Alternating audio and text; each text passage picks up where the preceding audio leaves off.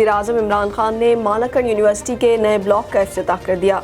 इस मौके पर वज़ीर आला खैबर पख्तूनख्वा महमूद खान, वफाकी वज़ीर मुराद सईद और PTI मालाकंड डिवीज़न के सदर और चेयरमैन सवाद फजल हकीम खान भी वज़ीर-ए-आज़म के हमरा थे।